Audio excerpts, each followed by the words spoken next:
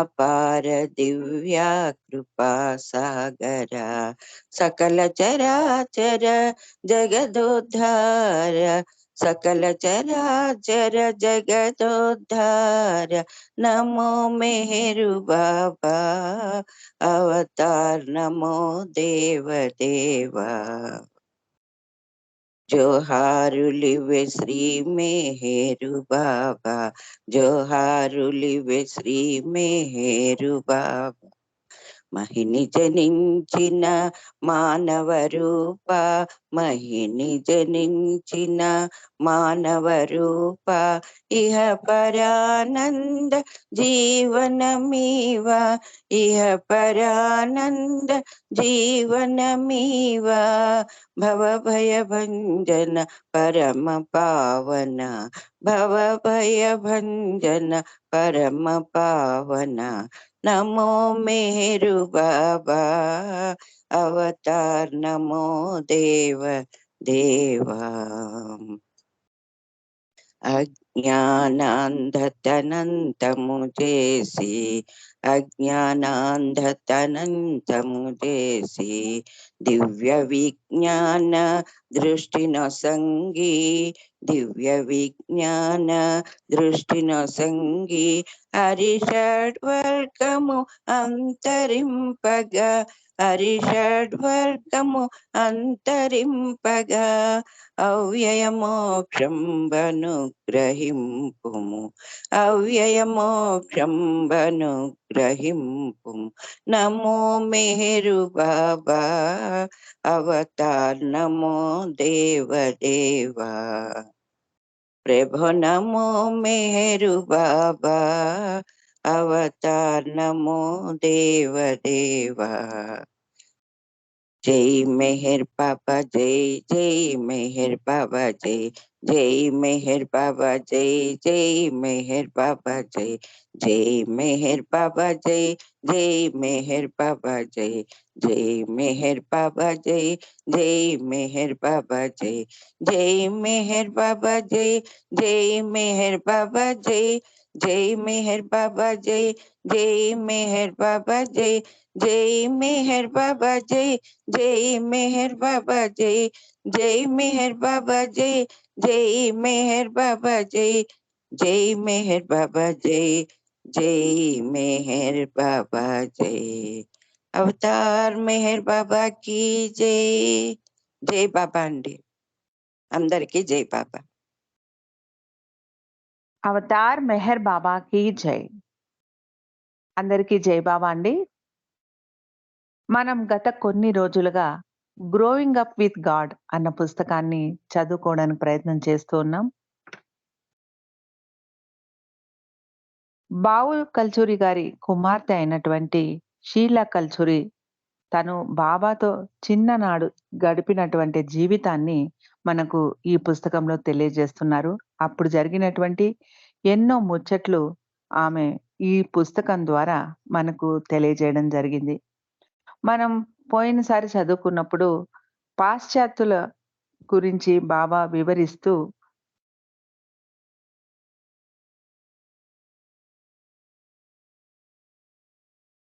బాబా షీలాతో ఇలా అంటారు, వారి మీద నేను చూపిస్తున్నది ప్రేమ అని మీకు అనిపిస్తోందా? వారిని ప్రేమగా మాట్లాడుతూ, అంటే ఆ పాశ్చాత్యులని నేను ప్రేమగా మాట్లాడుతూ వారి బుగ్గలు నిమురుతూ ఉన్నంతసేపు సరే, కానీ కత్తి మీద నడవాల్సిన సమయం వచ్చినప్పుడు వారు పారిపోతారు అన్నారు బాబా.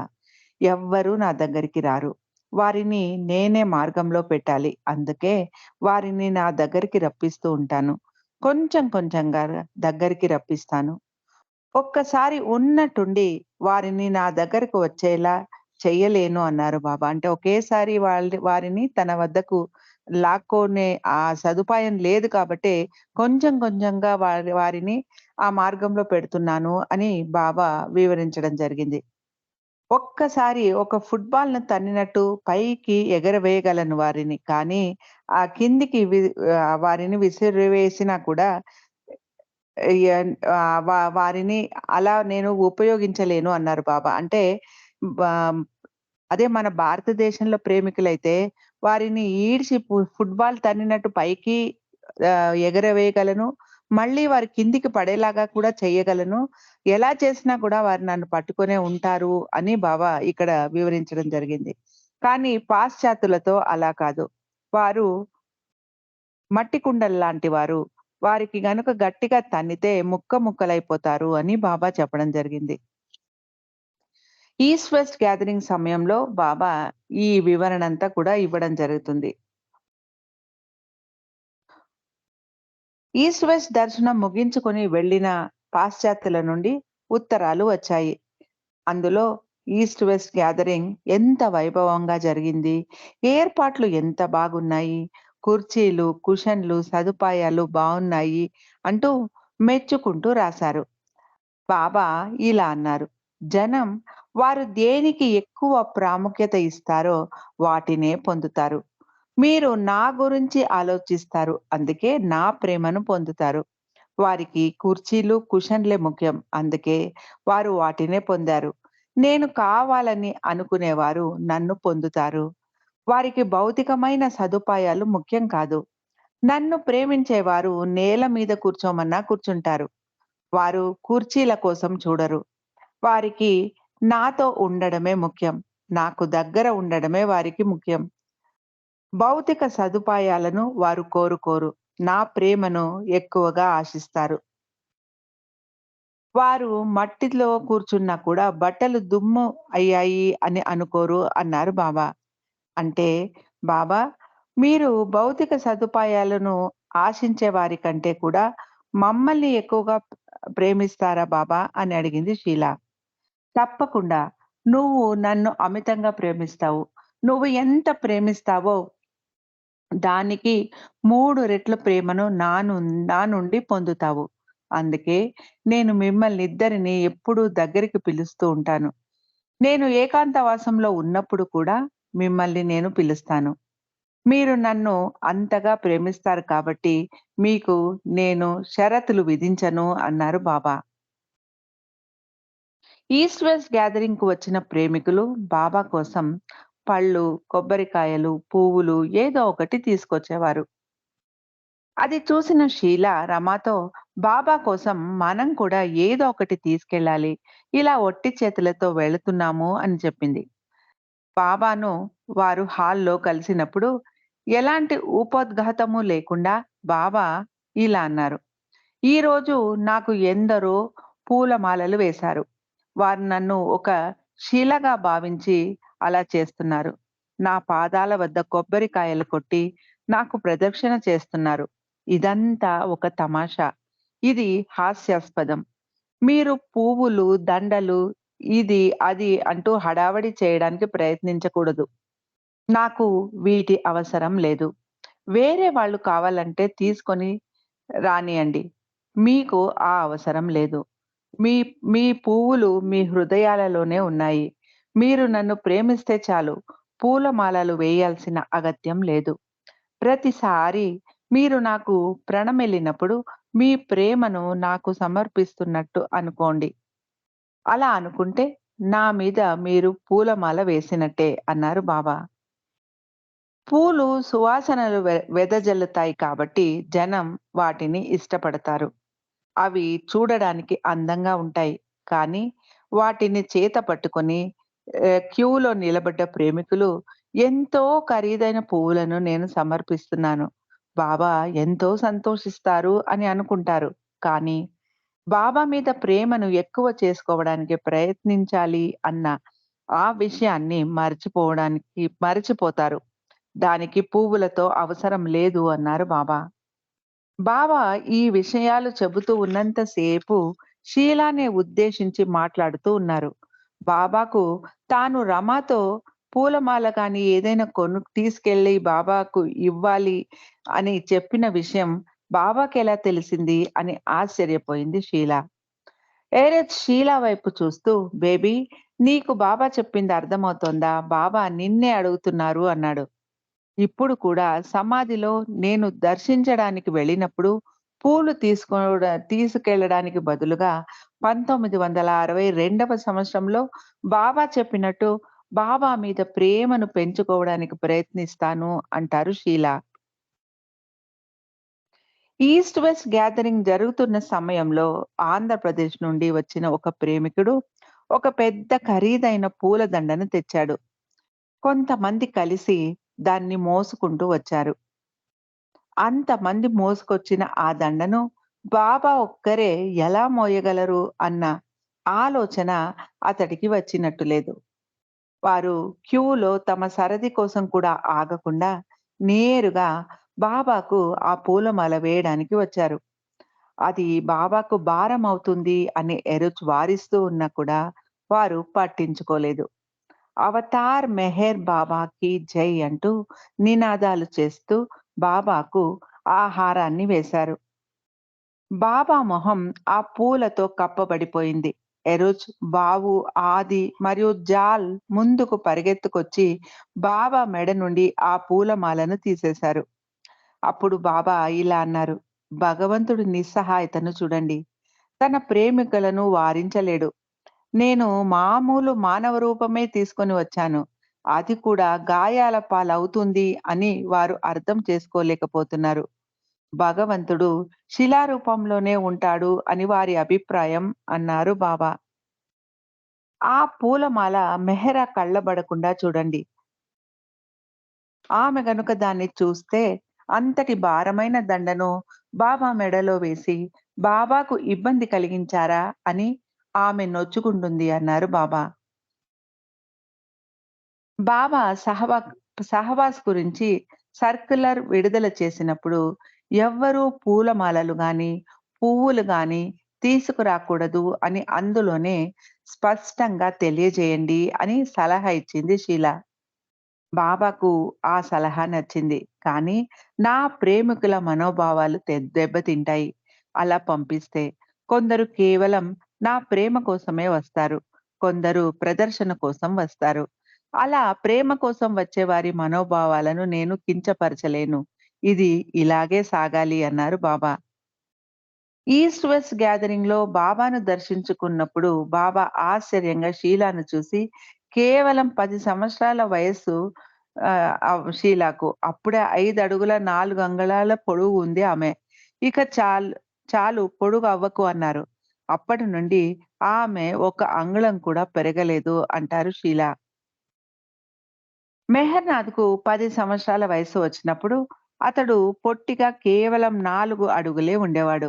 బాబా అతడింకా పొడుగు అవ్వాలి అన్నారు. బాబా నన్ను మాత్రం చాలని ఆపించేశారు. మెహర్‌నాథ్‌ను మాత్రం పొడువుగా కమ్మంటున్నారు. నాకు ఇంకా పొడుగు అవ్వాలని ఉంది బాబా అంది షీలా.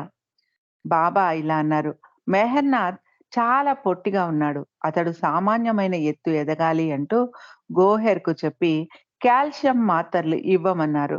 అప్పటి నుండి మెహర్‌నాథ్ పెరగడం ప్రారంభించాడు. ప్రతిసారి మెహరాజాద్‌కు వెళ్ళినప్పుడు బాబా మెహర్‌నాథ్ ఎంత పెరిగాడో కొలిచి చూపించండి అని చూసేవారు. బాబా నా ఎత్తును కత్తిరించి మీరు మెహర్‌నాథ్‌కి ఇస్తున్నారు అని షీలా బాబాతో ఫిర్యాదు చేసేది. బాబా సోదరుడు జాల్ బొంబాయి నుండి బాబా లాకెట్స్ చేయించి తీసుకొచ్చాడు. బాబా ప్రతి లాకెట్‌ను పరీక్షించి చూశారు. అందులో నుండి బాగున్నవి ఒకటి ఒకటి తీసి షీలాకొకటి, మెహర్‌నాథ్‌కొకటి ఇచ్చారు బాబా. ఈ సహవాస్‌లో ఒకరోజు బాబా షీలాను, మెహర్‌నాథ్‌ను తన దగ్గరే స్టేజ్ మీద కూర్చోమన్నారు. అప్పుడు అక్కడే ఉన్న రాణి శాంతాదేవి మాట్లాడుతూ మ శాంతాదేవితో మాట్లాడుతూ ఉన్న బాబాను బెహరం ఫిల్మ్ తీస్తూ ఉన్నాడు. రమ ప్రేక్షకులలో కూర్చొని ఉంది. స్త్రీ మండలిని వారు ఇంటి వరండాలోనే కూర్చొని దూరం నుండి సహవాస్ చూడమని బాబా సలహా ఇచ్చారు. వారికి బాబా పెండాల్లోకి రావడానికి అనుమతి లేదు. అంతలో మణికి పిల్లలు స్టేజ్ మీద కనపడ్డారు. వారు ఫిల్మ్‌లో రాకూడదు అని మణి వారిద్దరిని తన వద్దకు రమ్మని పిలిచింది. బాబాకు ఏదైనా సమాచారాన్ని అందివ్వాలేమో అనుకుంటూ ఇద్దరూ మణి వద్దకు పరిగెత్తారు. మణి వారిని బాబా లాకెట్ చూపిస్తూ, "మీకు ఇందులో ఏవైనా కావాలా?" అని అడిగింది. ఇంకా లోపల ఉన్న మరిన్ని లాకెట్స్ తీసుకురావడానికి ఆమె వెళ్ళింది. బాబా స్టేజ్ మీద ఉండమని చెప్పారు. ఇలా వచ్చేస్తే బాబాకు కోపం వస్తుందేమో అని అనుకుంది షీల. బాబా ఫిల్మ్ తీయడం అయ్యాక మణి 2 బాబా లాకెట్స్ పిల్లలకి ఇచ్చి పంపించేసింది. స్టేజ్ మీదకి వెళ్ళగానే బాబా అసహనంగా చూస్తూ ఎక్కడికెళ్లారు అని అడిగారు. మణి వద్దకు వెళ్ళామని చెప్పగానే, అది అంత ముఖ్యమా? నేనేం చెప్పాను అని నిలదీశారు బాబా. తాము చేసిన తప్పుకు కొంచెం అపరాధ భావంతో నొచ్చుకున్నారు షీల మరియు మెహర్నాద్‌లు. ఈ విషయం బాబా బావుకు కూడా చెప్పారు. మరునాడు బావు పిల్లలిద్దరినీ హెచ్చరిస్తూ, బాబా చెప్పినట్టు స్టేజ్ మీదే ఉండాలి. బాబా ఇచ్చిన ఈ చిన్న ఆదేశాన్ని కూడా మీరు పాటించలేరా? బాబాకు కోపం తెప్పించకండి. మీకు మీరు ఫిల్మ్‌లో ఉండాలి అన్నది బాబా కోరిక అని మందలించాడు బావు. ఆ రోజు బాబాయే ఒక పని మీద షీలాను లోపలికి పంపించారు. నలుగురు దక్షిణ భారత స్త్రీలు మెహ్రాతో ఫోటో తీయించుకోవాలని బాబాను అనుమతి కోరారు. ఈ విషయం మెహ్రాకు చెప్పమని బాబా షీలాను లోపలికి పంపించారు. షీలా మెహ్రాతో విషయం చెప్పగానే ఒక్క గంట తరువాత వారిని రమ్మనమని చెప్పింది మెహ్రా. ఒక గంట తరువాత మెహ్రా దుస్తులు మార్చుకొని ముస్తాబయ్యి వారితో ఫోటో తీయించుకుంది. ఈస్ట్ వెస్ట్ గ్యాదరింగ్ చివరి రోజు రమ మరియు పిల్లలిద్దరూ మెహ్రాబాద్‌కు బయలుదేరబోతూ ఉన్నారు. ఆ రోజు బాబాను దర్శనం చేసుకున్నా కూడా బాబా ఆలింగనం పొందాలని షీలాకు చాలా ఆశగా ఉంది. బాబాకు వీడ్కోలు కూడా ఇవ్వలేదే అన్న బెంగ కూడా ఉంది ఆమెకు. బాబా అందరికీ చేయి ఊపుతూ వీడ్కోలు చెబుతూ ఉన్నారు. దూరం నుండి ఇదంతా కనిపిస్తూనే ఉంది షీలాకు. అంతలో ఆది సీనియర్ కారు తీసుకొచ్చి ఎక్కండి అన్నాడు. రమ మరియు మెహనాద్ కారు లోపలికి ఎక్కి కూర్చున్నారు. షీల ఆది పక్కన సీట్లో కూర్చొని ఉంది. ఆది త్వరగా ఎక్కు అంటూ తొందర చేస్తూ ఉన్నాడు. షీల మెల్లగా కారు వైపు అడుగులు వేస్తూ ఉంది. ఇంతలో ఏరుస్ గట్టిగా షీల, రమ మరియు మెహర్నాథ్ ఎక్కడ ఉన్నా స్టేజ్ మీదికి రావాలి, బాబా పిలుస్తున్నారు అని అరిచాడు. షీలాకు సంతోషం, ఉత్సాహం రెండూ కలిగాయి. పరిగెత్తుకుంటూ స్టేజ్ మీదికి వెళ్ళింది. బాబా ముగ్గురిని ఆలింగనం చేసుకున్నారు. "ఇప్పుడు సంతోషమేనా?" అని అడిగారు. "ఇప్పుడు సంతోషంగా వెళ్ళండి. చింతించకు. నీకు నన్ను ఆలింగనం చేసుకోవాలని ఉంది. అందుకే పిలిచాను" అన్నారు బాబా. "అవును. ఎంతో ఆనందం పొందాను బాబా" అంటూ మళ్ళీ గట్టిగా బాబాను ఆలింగనం చేసుకొని తన కృతజ్ఞతలు తెలిపింది షీల. మెహరాబాద్‌లోని ఇంటిలో దొంగతనం జరగడంతో బాబా రమాను మరియు పిల్లలను ఫ్యామిలీ క్వార్టర్స్‌ను వదిలిపెట్టేయమన్నారు. కానీ ఎక్కడకు మారాలి అన్నది ప్రశ్నార్థకంగా ఉంది. బాబా మీరు ఎక్కడ ఉంటారో పోనీ పాద్రి దగ్గరకి మారిపోతారా అని అడిగారు. విలియం పాద్రి దగ్గరికి మారకండి. అతడి దగ్గర ఉండటం చాలా కష్టం. అన్నిటికీ రూల్స్ పెడతాడు. మీకు కష్టంగా ఉంటుంది అని హెచ్చరించాడు డాంకిన్. డాంకిన్ ఇంటి పక్కనున్న గది చాలా చిన్నది. అందులోనే పడుకోవాలి. వంట కూడా వండుకోవాలి. అది చాలా ఇరుకుగా ఉంటుంది కాబట్టి వద్దు అనుకున్నారు. ఎగువ మెహరాబాదులోని గదులు కూడా తీసుకెళ్లి చూపించారు. మన్సారి బాగా మాట్లాడేది. స్నేహంగా ఉండేది. కానీ రమ ఎగువ మెహరాబాద్ కొండ మీద నివసించడానికి పిల్లలతో వస్తోంది అన్న విషయం తెలియగానే ఆమె కూడా ఎన్నో రూల్స్ చెప్పడం ప్రారంభించింది. పిల్లలు శబ్దం చేయకూడదు. నువ్వు కూడా నాతో మాట్లాడకూడదు. నా వైపు రాకూడదు. మీ సమస్యలు నాకు చెప్పి నన్ను విసిగించకూడదు అని ఏవేవో రూల్స్ చెప్పడం ప్రారంభించింది మన్సారి.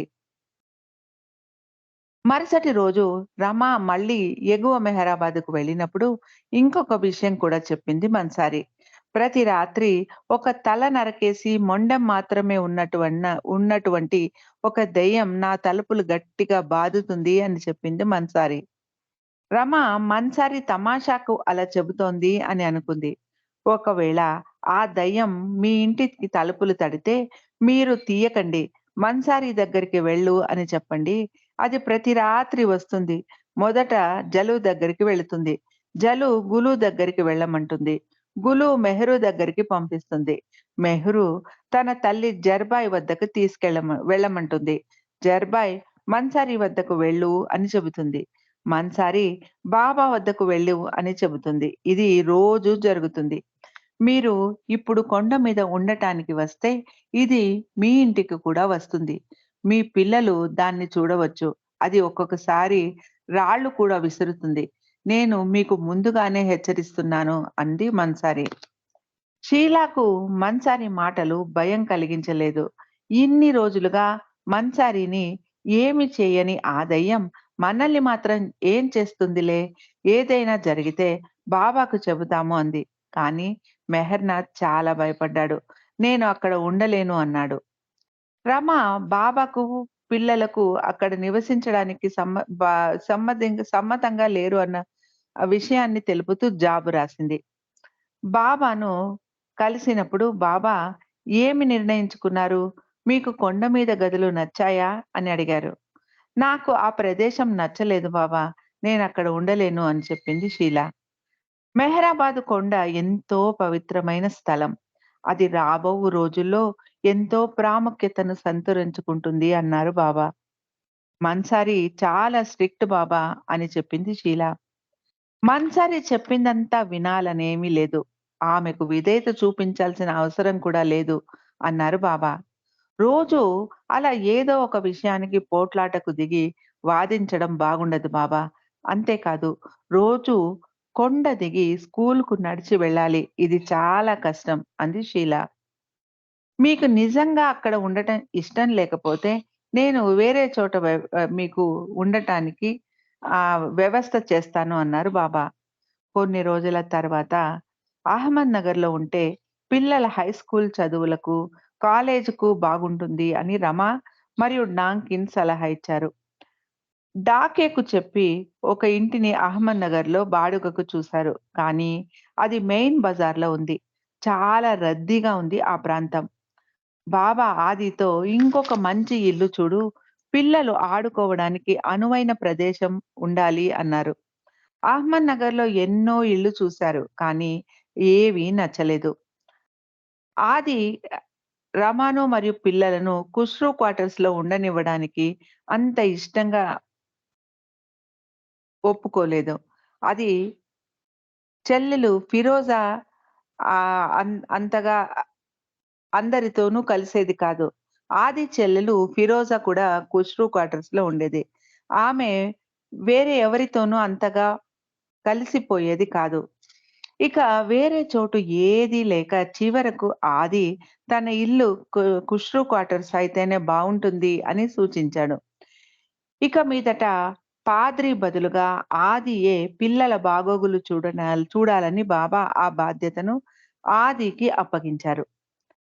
బాబా స్కూల్ సెలవులు ముగిసేలోపు ఖుస్రో క్వార్టర్స్‌లో ఒక గదిని ఖాళీ చేసి రమ కుటుంబానికి ఇవ్వమని ఆదితో చెప్పారు. ఒకవేళ ఫిరోజా గనక వీళ్ళతో సర్దుకోలేకపోతే మీరే బయట ఇల్లు చూసుకొని మారిపోండి. కల్చూరి కుటుంబం అక్కడే ఉంటుంది అని చెప్పారు బాబా ఆదికి. 1963వ సంవత్సరం జనవరి 13వ తారీఖు బాబా అహ్మద్‌నగర్ నుండి కొందరిని మెహరాబాద్‌కు పిలిచారు. రమ మరియు పిల్లలిద్దరూ ముందుగానే వచ్చారు. మండలి హాలులో బాబా కూర్చున్నారు. బాబా ఆ రోజు బావును తన దగ్గరికి పిలిచి ఆలింగనం చేసుకుంటూ హ్యాపీ బర్త్‌డే బావు అన్నారు. బావు ఆశ్చర్యపోయాడు. ఆ రోజు తన పుట్టినరోజు అన్న సంగతి బావు మరచిపోయాడు. మండలి వారిని కూడా బావుకు శుభాకాంక్షలు చెప్పమని చెప్పారు బాబా. బావు పుట్టినరోజు నాకు జ్ఞాపకం ఉంటుంది. నేను మరిచిపోను అన్నారు బాబా. తన సాదరాను బావుకు ఇచ్చి వేసుకోమన్నారు బాబా. షీల బావు కోసం ఒక శాలువాను కొని తెచ్చింది. బాబా అనుమతి లేకుండా శాలువా కొనటం షీలాకు బెరుకుగానే ఉంది. బాబా ఏమంటారో అని అనుకుంది షీల. బాబా అకస్మాత్తుగా షీలాకేసి తిరిగి, బాబు బర్త్‌డేకి నువ్వు తెచ్చిన కానుకను ఇవ్వు అన్నారు. షీల శాలువ తీసుకురాగానే ముందుగా బాబా తను కప్పుకున్నారు. తర్వాత బావును దగ్గరికి పిలిచి అతడి భుజాల చుట్టూ ఆ శాలువాను కప్పారు. ఫ్యామిలీ క్వార్టర్స్‌లో రోజు ఒక వింత జరిగేది. 2 కోళ్లు కాంపౌండ్ ఎగిరి లోపలికి వచ్చి గుడ్లు పెట్టి వెళ్ళిపోతూ ఉండేవి. అవి ఎవరి కోళ్ళో చూడ్డానికి ఆహ్, ఎంతగా ప్రయత్నించినా ఎవ్వరూ కనపడేవారు కాదు. ఆ కోడి మళ్ళీ కాంపౌండ్ ఎగిరి వెళ్ళిపోయేది. రమాకు గుడ్లు రమ గుడ్లు తినేది కాదు. షీలా మరియు మెహర్‌నాద్‌లకు గుడ్లు అంటే ఇష్టం. బాబా మెహరాబాద్‌కు వచ్చినప్పుడు షీలా ఈ కోడి గురించి బాబా దగ్గర వివరించింది. అప్పటికే వారి దగ్గర 2 డజన్ల గుడ్లు ఉన్నాయి. వారు వాటిని వాడలేదు. కోళ్ళు సామాన్యంగా అన్ని గుడ్లు పెట్టవు. నేను వాటిని మీకోసమే పంపిస్తున్నాను. మీకు గుడ్లంటే ఇష్టం కదా! వాటిని వాడుకోండి. ఆ కోళ్ళు ఎవ్వరికీ చెందినవి కాదు. అవి నాకు చెందినవే. నేనే వాటిని మీకోసం పంపించాను. వాటిని వెంబడించకండి. వాటిని తరమకండి అన్నారు బాబా. బాబా అవి మీకు చెందినవైతే ఫెయిరీ టేల్స్‌లో లాగా అవి బంగారు గుడ్లనివ్వాలి కదా! అంది షీల. అవి ఇచ్చే గుడ్లు తినడానికే, అమ్మడానికి కాదు. మీకు బంగారు గుడ్లు అవసరం లేదు అన్నారు బాబా. కానీ మాకు డబ్బు కావాలి. రోజుకు ఒక్క బంగారు గుడ్డు అమ్మితే ధనవంతులైపోవచ్చు బాబా అంది షీల. నీకు డబ్బెందుకు? గుడ్లు ఆమ్లెట్ వేసుకొని తిను, ఆనందించు. బంగారాన్ని తినలేవు అన్నారు బాబా. ఆశ్చర్యంగా షీలా వద్ద ఉన్న కుక్క టిప్పు ఒక పిచ్చుకను చూసినా వదిలిపెట్టేది కాదు. వాటి మీద మొరుగుతూ తరిమేసేది. కానీ ఈ కోళ్లను మాత్రం ఏమీ అనేది కాదు టిప్పు. అది అలా నిశ్శబ్దంగా చూస్తూ కూర్చునేది. 1963వ సంవత్సరం మార్చిలో ఫ్యామిలీ క్వార్టర్స్ నుండి అహ్మద్‌నగర్ ఖుష్రు క్వార్టర్స్‌కు మారిపోయారు. ఇంటికి ఏవైనా వస్తువులు కావాలా అని అడిగి ఏర్పాటు చేయించారు బాబా. ఖుష్రు క్వార్టర్స్ దగ్గరే ఉన్న ఒక గుడి నుండి ఉదయమే భక్తి గీతాలు పెద్దగా గ్రామోఫోన్ రికార్డ్స్ వేసి వినిపించేవారు. అంతవరకు మెహరాబాదులో నిశ్శబ్దంగా ఏకాంత వాతావరణంలో 6 సంవత్సరాలు నివసించిన వీరికి నగర్‌లోని రణగుణ ధ్వనులు కొత్తగా ఉన్నాయి. ఆ సంవత్సరం మార్చ్ నెలలో బాబా పూణేలోని గురుప్రసాద్‌కు వెళ్లారు. ప్రతి వారం ఆది నగర్ నుండి లెటర్స్ మరియు ఏదైనా సమాచారం ఉంటే బాబాకు తెలపడానికి వెళ్ళేవాడు. రమ అలా ఆది వెళ్ళేటప్పుడు ఏదైనా మసాలా వేసి చేసినటువంటి కూర ఒక డబ్బాలో పెట్టి బాబాకు మరియు మండలి వారికి పంపించేది. అందరూ ఆనందంగా ఆ కూరను తినేవారు. ఒకసారి ఇలాగే ఆది పూణే వెళ్ళినప్పుడు రమాకు చెప్పకుండా వెళ్ళిపోయాడు. గురుప్రసాద్‌లో ఆది వచ్చాడు అన్న విషయం తెలిసి మెహ్రా భోజనం చెయ్యకుండా రమ పంపించిన కూర కోసం వేచి చూస్తోంది. ఆది వట్టి చేతులతో వచ్చాడు అని తెలిసి బాబాకు అసమాధానం కలిగింది. ఆది రమ ఏమి పంపించలేదు బాబా అని చెప్పాడు. రమాకు ఒక పెద్ద జాబు రాయించి పంపించారు బాబా. తర్వాత రమ మరియు పిల్లలిద్దరూ గురుప్రసాద్‌కు వచ్చినప్పుడు ఈ విషయాన్ని వివరిస్తూ, "బాబా మాకు ఆది పూణే వెళుతున్న విషయం చెప్పకుండానే వచ్చేశాడు" అని చెప్పింది రమ. బాబా ఆది మీద చాలా కోప్పడ్డారు. అరగంట సేపు ఆదిని బాగా మందలించారు బాబా. "నాకు ఆ రోజు ఎంత ఆకలిగా ఉందో తెలుసా? ఆహారం కోసం వేచి చూస్తూ ఉన్నాను. కానీ నువ్వేమీ తీసుకురాకుండా వట్టి చేతులతో వచ్చావు" అని కోప్పడ్డారు బాబా. "మరి ఇప్పుడైనా ఏదైనా ఆహారం తెచ్చావా?" అని రమను అడిగారు బాబా. రమ బాబాకు, మండలి వారికి అందరికీ సరిపోయేలాగా మంచి మసాలా దట్టించిన కాయగూరలు తెచ్చింది. బాబా మెహరాకు చూపించారు. బాబా "నీకు కావాల్సిన కూరను ఫ్రిడ్జ్‌లో పెట్టుకొని తిను" అని మెహ్రాతో చెప్పారు. బాబా బావుకు కూడా పంపించాలి అని చెప్పింది మెహ్రా. బాబా పురుషులకు కూడా కొంత భాగం పంపించమన్నారు. ఫ్రాన్సిస్‌కు చైనీస్ చెక్కర్ ఆట ఆడడం అంటే ఇష్టం. అతడు జిమ్ మిస్త్రీ మరియు నారిమన్ దాదాచాంజీలతో ఆ ఆటను ఆడుతూ ఉండేవాడు. ఫ్రాన్సిస్ ఆ ఆటను షీలాకు కూడా నేర్పించాడు. బాబాతో ఆ ఆట ఆడేవాడు ఫ్రాన్సిస్. ఎప్పుడు ఆడినా బాబాయే గెలిచేవారు. ఫ్రాన్సిస్ ఇంగ్లీష్ మాట్లాడితే అర్థం చేసుకోవడం చాలా కష్టం. జిమ్ షీలాతో "నీకు ఫ్రాన్సిస్ మాటలు అర్థమవుతాయా?" అని అడిగాడు. జిమ్ ఫ్రాన్సిస్‌ను అనుకరించి చూపించేవాడు. ఈ విషయం షీలా బాబాతో చెప్పింది. బాబా నవ్వుతూ, "ఫ్రాన్సిస్ మాటలు కొన్నిసార్లు నాకు కూడా అర్థం కావు. నేను భగవంతుడినైనా కూడా నాకు వాడి మాటలు అర్థం కావు" అన్నారు బాబా. నాగ్‌పూర్‌కు చెందిన నానక్ ఖేర్‌ను బాబా ప్రతి సంవత్సరం గురుప్రసాద్‌లో 3 నెలలు ఉండటానికి పిలిచేవారు. నానాకు మెడికల్ స్టోర్ ఉండేది. ఒకసారి బాబాకు 4000 సమర్పించాలని నాన్న అనుకున్నాడు. బాబా పనికి ఎప్పుడు మెహర్‌జీ మరియు నారిమన్ ధన సహాయాన్ని అందించేవారు. బాబా ఎవ్వరి దగ్గర ధనం స్వీకరించేవారు కాదు.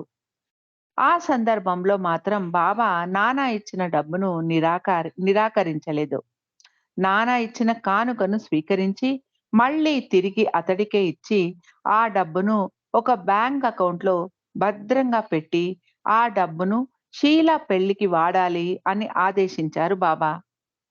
షీలా పెళ్లి గురించి అదే మొదటిసారిగా బాబా ప్రస్తావన చేయడం. గురుప్రసాద్‌లో బాబా షీలాను మరియు మెహర్‌నాథ్‌లను రోజంతా ఏమి చేస్తూ ఉంటున్నారు అని అడిగారు. "ఏమీ లేదు బాబా. కార్డ్స్ ఆడతాము, అలోబా అంకుల్‌తో మరియు ఫ్రాన్సిస్‌తో పిచ్చాపాటి మాట్లాడతాము" అని చెప్పారు. "పుస్తకాలు కొని నానా ఖేర్ దగ్గర పాఠాలు చదువుకోండి. వచ్చే సంవత్సరానికి సిద్ధం కండి" అన్నారు బాబా. నాన్న బాబా ఆదేశాన్ని చాలా గంభీరంగా తీసుకున్నాడు. మెహర్‌నాథ్ కూడా చాలా శ్రద్ధగా నాన్న చెప్పే పాఠాలను వినేవాడు. కానీ షీలాకు మాత్రం నాన్న చెబుతున్న పాఠాలు తనకు అర్థం కానట్టు నటించి నానా ఖేర్‌ను ఇబ్బంది పెట్టేది. బాబా బాల్‌నాట్‌ను కూడా పాఠాలు చెప్పమన్నారు. షీలాకు ఇది నచ్చలేదు. అందుకని బాబా మెహర్‌నాథ్‌కు మాత్రమే నానా ఖేర్ బాల్ నాటు చదువు చెప్పాలని, జిమ్ ఇంగ్లీష్ నేర్పించాలని ఆదేశించారు. మధ్యాహ్నం 2 గంటల నుండి 3 గంటల వరకు ఈ చదువుకునే తతంగం నడిచేది. ఒకరోజు బాబా తన గదిలోకి షీలాను పిలిచి, "నీ చదువు ఎలా సాగుతోంది?" అని అడిగారు. "నాన్న బాగా చదువు చెబుతున్నాడా?" అని అడిగారు బాబా. "లేదు బాబా, నాకు ఏమీ తెలియదు. నన్ను చివాట్లు పెడుతున్నాడు" అంది షీల. బాబా నానా ఖేర్‌ను పిలిపించారు. "షీలాను మందలించకు. ఆమె ఏది చెబితే అది చెయ్యి" అన్నారు. షీలాకు చాలా ఆనందం కలిగింది. నాన్నతో తాను చైనీస్ చెక్కర్ ఆడుకోవాలని, తనకు ఇప్పుడు చదువుకోవాలని లేదు అంటూ తెగేసి చెప్పేసింది షీల. బాబా షీలాను "బాగా చదువుకుంటున్నావా?" అని అడిగేవారు. "అవును బాబా" అని అబద్ధం చెప్పేది షీల. బాబా మెహర్‌నాథ్‌కు, షీలాకు పెద్ద చాక్లెట్ ఇచ్చి, "ఇది మీరు చదువుకుంటున్నందుకు" అని 3 సార్లు చెప్పిన తర్వాత తినమన్నారు. నిండు మనస్సుతో ఆ మాటలు చెప్పమన్నారు బాబా. నాన్న మాత్రం ప్రతిరోజు ఆటలాడుకుంటున్న షీలాతో చదువుకోవడానికి రమ్మని బతిమాలేవాడు. షీల అతనిని పట్టించుకునేది కాదు. నానా ఖేర్ విసిగిపోయి, "నువ్వు గనుక ఇప్పుడు చదువుకోకుండా ఉంటే నేను బాబాకు చెబుతాను" అని బెదిరించేవాడు. షీల నానా ఖేర్ కేసి చూస్తూ, "నువ్వు నన్ను మందలిస్తున్నావు. నేను బాబాకు ఈ విషయం చెబితే నిన్నే కోప్పడతారు. నేను అస్సలు చదువుకోను. నాకు ఇష్టం లేదు. సెలవులలో ఆడుకోకుండా చదువుకోవడం ఏంటి? నాకిష్టం లేదు" అని చెప్పింది షీల. షీల ఎందుకు చదువుకోవడం లేదు అని బాబా ఆరా తీశారు. తనకు నానా ఖేర్ మందలిస్తున్నాడు. అందుకే చదువుకోవడం ఇష్టం లేదు అని చెప్పింది షీల. బాబా నానా ఖేర్‌ను పిలిచి, "ఎందుకు షీలాను మందలిస్తున్నావు?" అని అడిగారు. అక్కడే ఉన్న బావు నాన్నను సమర్థిస్తూ, "బాబా, షీల ఏదో తప్పు చేసుంటుంది" అన్నాడు. బాబా, "నువ్వు ఇందులో కలగజేసుకోకు" అని బావును వారించారు. "అతడు నీ స్నేహితుడు కాబట్టి నువ్వు అతడికి వత్తాసు పలుకుతున్నావు. అతడికి పాఠాలు చెప్పడం చేత కాదు. వట్టి అసమర్థుడు" అంటూ నానా ఖేర్‌ను చివాట్లు పెడుతూనే ఉన్నారు బాబా. నాన్న పాపం ఏమి మాట్లాడకుండా చూస్తూ నిలబడ్డాడు. షీల బాబు తనకు లెక్కలు చెబితే తాను నేర్చుకుంటాను అని బాబాతో.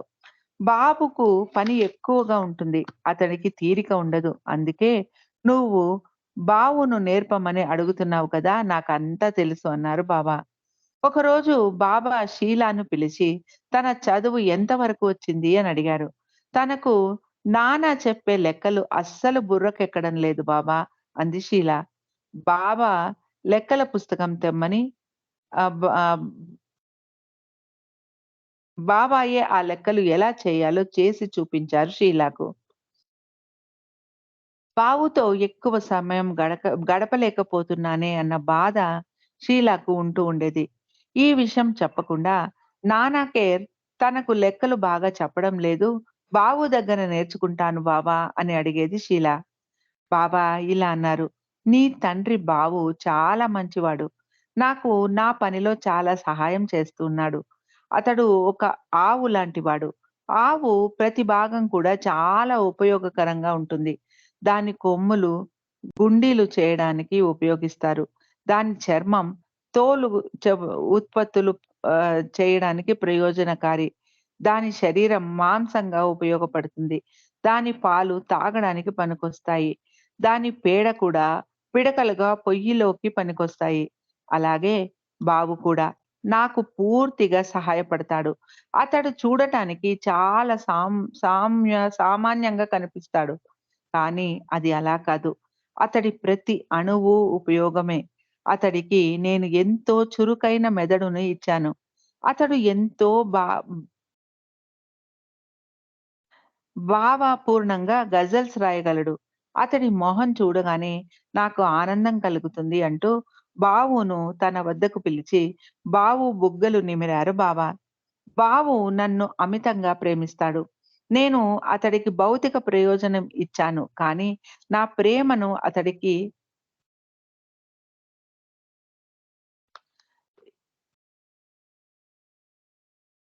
పుష్కలంగా ఇస్తాను అన్నారు బాబా. అతడు ఎంత బుద్ధిశాలి అయినా నాకు ఎంతో విధేయత చూపిస్తాడు. నేను నిలబడమంటే ఎంతసేపైనా మారు మాట్లాడకుండా నిలబడతాడు. అతడి కోసం నేను ఏమి దాచి ఉంచుతానో తెలుసా? అతడికి చేపలంటే ఇష్టం. గదిలో మూల నేను బావ కోసం చేపలు తీసి పెడతాను అన్నారు బాబా. ఆ చేపలు బాబా కోసం ప్రత్యేకంగా వండి పెట్టి పంపించేవారు స్త్రీ మండలి. బావకు చేపలంటే ఇష్టమని బాబాకు తెలుసు. అందుకే వాటిని వడ్డించినప్పుడు నేను తర్వాత తింటాను. ఇప్పుడు నాకు ఆకలిగా లేదు అంటూ వాటిని బావ కోసం అట్టే పెట్టేవారు బావ. బావు రాత్రి కాపలాకు వచ్చినప్పుడు అతడికి ఆ చేపలను ఇచ్చి తినమనేవారు బావ. గోహెర్ చూడకుండా వాటిని తినమని చెప్పేవారు బాబా. తలుపు వద్ద చూస్తూ గోహెర్ వస్తోందా అని గమనించేవారు. నెమ్మదిగా తిను. గొంతులో ఎముకలు అడ్డు తగులుతాయి అనేవారు బాబా. బావు తిన్న తర్వాత రుచిగా ఉందా? ఎంత బావుంది? నీకు నచ్చిందా? అని అడిగేవారు బాబా. గోహెర్‌కు ఈ విషయం తెలియనికుండా బాబా ఒక ఉపాయాన్ని చేశారు. సరిగ్గా బావు చేప తినేటప్పుడు గోహెర్ అక్కడికి రాకుండా షీలాను వెళ్లి గోహెర్‌తో 10 నిమిషాలు మాట్లాడుతూ నిలబడి, బావు తిన్నది పూర్తి అయ్యాక రమ్మని పంపించేవారు. గోహెర్‌తో మాట్లాడుతూ షీల 10 నిమిషాలయిందా అని వాచ్ చూసుకునేది. ఎందుకలా సారికి వాచ్ చూసుకుంటున్నావు? అని గోహెర్ అడిగితే, నా వాచ్ పని చేస్తోందా లేదా చెక్ చేస్తున్నాను అని చెప్పేది షీల. బాబా షీలాతో అలా వాచ్ ఆహ్, చూస్తూ ఉన్ చూస్తూ ఉన్ ఉండు చూస్తూ ఉండకు. గోహెర్‌కు అనుమానం వస్తుంది. అందాజు మీద సమయం గమనించుకో అని చెప్పారు. ఒకసారి బావు చేపను తింటూ ఉండగా గోహెర్ పట్టుకుంది. బావును మందలిస్తూ, "నువ్వెందుకు తింటున్నావు? బావ నువ్వు తినమని చెప్పినా నువ్వు బాబా నీకిచ్చి ని నిన్ను తినమని చెప్పినా నువ్వు నిరాకరించాలి" అంది గోహెర్. బాబా నేను ఇవ్వబోతూ ఉంటే బాబా నేను ఇవ్వడంతోటే అతడు తింటున్నాడు. అతడినేమి అనకు అన్నారు. బావ చేపను తిన్నప్పుడు అక్కడక్కడ కొంచెం కండ ఉండేలాగా తినేవారు. మొత్తం ఖాళీ చేసి ఎముకలు ఉంచేవారు. ఎముకలు ఉంచరు బావ. కానీ బావు తిన్నప్పుడు మొత్తం శుభ్రంగా తినేసి కేవలం ఎముకలు మాత్రమే మిగిల్చేవాడు. గోహెర్ ఇది పసిగట్టేసి, "బాబా ఈరోజు కూడా మీరు తినలేదు. బావుకే ఇచ్చేశారు" అని బాబాను నిలదీసేది గోహెర్. అందుకే బావు తింటున్నప్పుడు, "ఇక్కడ తిను, అక్కడ తిను, ఇక ఆపేయి చాలు" అని డైరెక్షన్స్ ఇచ్చేవారు. ఇద్దరు స్కూల్ పిల్లలు టీచర్‌కు తెలియకుండా తప్పు చేసినప్పుడు ఎంత జాగ్రత్త తీసుకుంటారో అలా చేసేవారు. బాబా షీలాతో ఇలా అన్నారు. "బావు ఆ చేప తిన్నప్పుడు అతడి ద్వారా నేను దాన్ని ఆస్వాదిస్తాను. అతడికి చేపలంటే ఇష్టం కాబట్టి నేను దాన్ని రుచిని అతడి ద్వారా ఎక్కువగా అనుభూతి పొందుతాను. అందుకే నేనతడికి తినడానికి ఇస్తాను. నేనే దాన్ని తింటే నాకంత రుచిగా ఉండదు. ఒక్క ముక్క కూడా నా గొంతు లోపలికి దిగదు. నేను బావు గురించే ఆలోచిస్తూ ఉంటాను కాబట్టి నాకు అంత అది ఆస్వాదన కలిగించదు. అతడికి చేపలంటే చాలా ఇష్టం కాబట్టి అతడికి ఇవ్వాలని అనుకుంటాను. పిల్లలకు ఏదైనా ఇష్టమైతే తల్లి ఆ ఆహారాన్ని ఇష్టంగా తినలేదు. తన పిల్లలకు పెట్టకుండా ఆమె తినలేదు. నా ప్రేమ కూడా నా నీ తండ్రి మీద అలాంటిదే. అతడికి ఇవ్వకుండా నేను చేపను తినలేను అన్నారు బాబా. బాబా స్వంత తల్లిలాగా బావును ప్రేమించి బుజ్జగించేవారు. తనకు ప్రియమైన బిడ్డను తల్లి ఎలా ప్రేమిస్తుందో అలా లాలించేవారు బాబా బావును. బావు కూడా అమాయకంగా తల్లి దగ్గర నిలబడే చంటి పిల్లవాడిలాగా ఉండేవాడు. బాబు తిన్నది అయ్యాక "నీకు నచ్చిందా? రుచి బాగుందా?" అంటూ ముద్దులు విసిరేవారు బావ. బావును ఆలింగనం చేసుకుంటూ "నేను బావును అమితంగా ప్రేమిస్తాను" అన్నారు బాబా.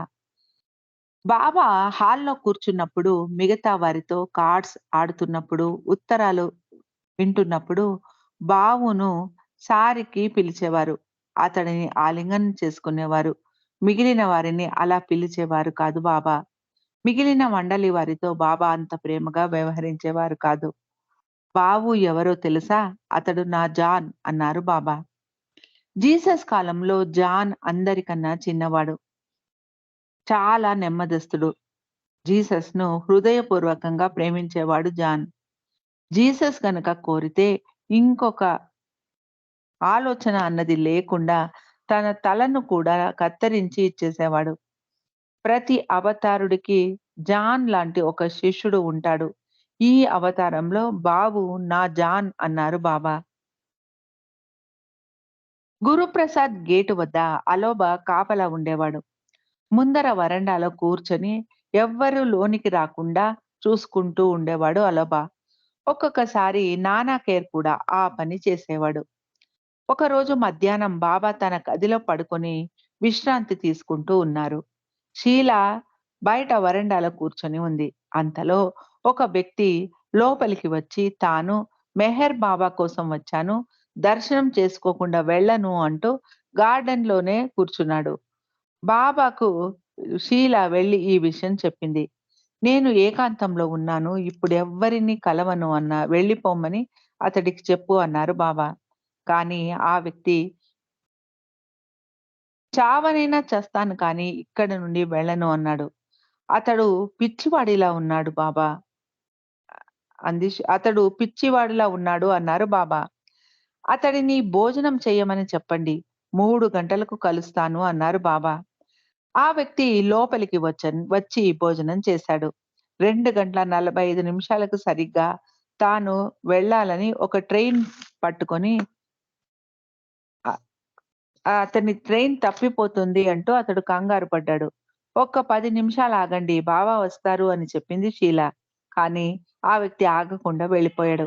అతడు ఏదో పని మీద పూణె వచ్చాడు. అలాగే గురుప్రసాద్‌లో బాబా దర్శనం దొరుకుతుందేమో అన్న అవకాశం కోసం వచ్చాడు. బాబా బయటకు వచ్చి ఆ వ్యక్తి ఎక్కడా అని అడిగారు. అతడు వెళ్ళిపోయిన విషయం తెలిసి షీలాతో "నువ్వు 2 సార్లు నా దగ్గరికి వచ్చి అతడు ఎంతో ప్రముఖుడిగా నీ దర్శనం కోసం ఎదురు చూస్తున్నాడు" అని చెప్పడంతో అతడి మీద జాలితో నేను అందుకు అంగీకరించాను. అతడిని కలవడానికి అనుమతిచ్చాను. కానీ అతడు వెళ్ళిపోయాడు అన్నారు బాబా. కొందరు తమ ఆరాధనను బాహటంగా ప్రదర్శించడానికే వస్తారు. వారు నిజాయితీగా ఉండరు అన్నారు అనుకుంది షీల. బాబాను మాత్రమే చూడాలని వచ్చిన వ్యక్తి సిడి దేశ్ముఖ్. అతడు అతడు చాలా పెద్ద మేధావి. అతడు నాగ్‌పూర్‌కు చెందినవాడు. అతడు వచ్చిన విషయం బాబాకు వెళ్లి చెప్పింది షీల. దేశ్ముఖ్‌ను వెళ్ళిపొమ్మని చెప్పు. నేను సందర్శకులను కలవడం లేదు అని చెప్పారు బాబా షీలాతో. దేశ్ముఖ్‌ను నివారించడానికి బాబా అలోబాను కూడా పంపించారు. వారు వారిస్తూ ఉన్నా దేశ్ముఖ్ తోసుకుంటూ తలుపుల వరకు వచ్చాడు. బాబా మెహర్‌నాథ్‌ను, షీలాను దేశ్ముఖ్‌ను బయటికి తోసేయమని చెప్పారు. తాము ఇద్దరు చిన్న పిల్లలు ఒక పెద్ద మనిషిని ఎలా తోసేయగలరు అనుకున్నారు పిల్లలిద్దరూ. బాబా అది నా ఆదేశం అని చెప్పారు. ఇద్దరూ దేశ్ముఖ్‌ను చెరోవైపు పట్టుకొని బయటికి లాగుతూ ఉన్నారు. దేశ్ముఖ్ ఆశ్చర్యంగా, "నేను బాబా దర్శనానికి వచ్చాను. ఈ పిల్లలు ఏం చేస్తున్నారు?" అని అడిగాడు. "నన్ను వదలండి. నేను బాబాను దర్శించుకోవడానికే వచ్చాను. బాబాను కిడ్నాప్ చేయడానికి కాదు" అన్నాడు దేశ్ముఖ్. ఎలాగో దేశ్ముఖ్ లోపలికి వచ్చేశాడు. బాబా, "మీరిద్దరూ పనికి రానివారు" అంటూ ఇద్దరిని సౌజ్ఞలు చేసి చూపించారు. "నేను నలుగురిని పంపించాను అతడిని నివారించమని. కానీ ఏమీ ప్రయోజనం లేదు. అతడిని మీరు ఆపలేకపోయారు" అన్నారు బాబా.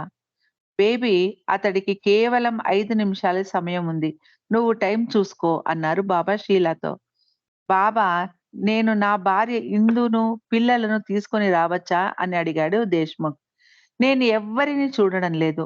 నువ్వు రావడమే కాదు, నీ భార్య, బిడ్డలను కూడా తీసుకొస్తావా?" అంటూ బాబా తల పట్టుకున్నారు.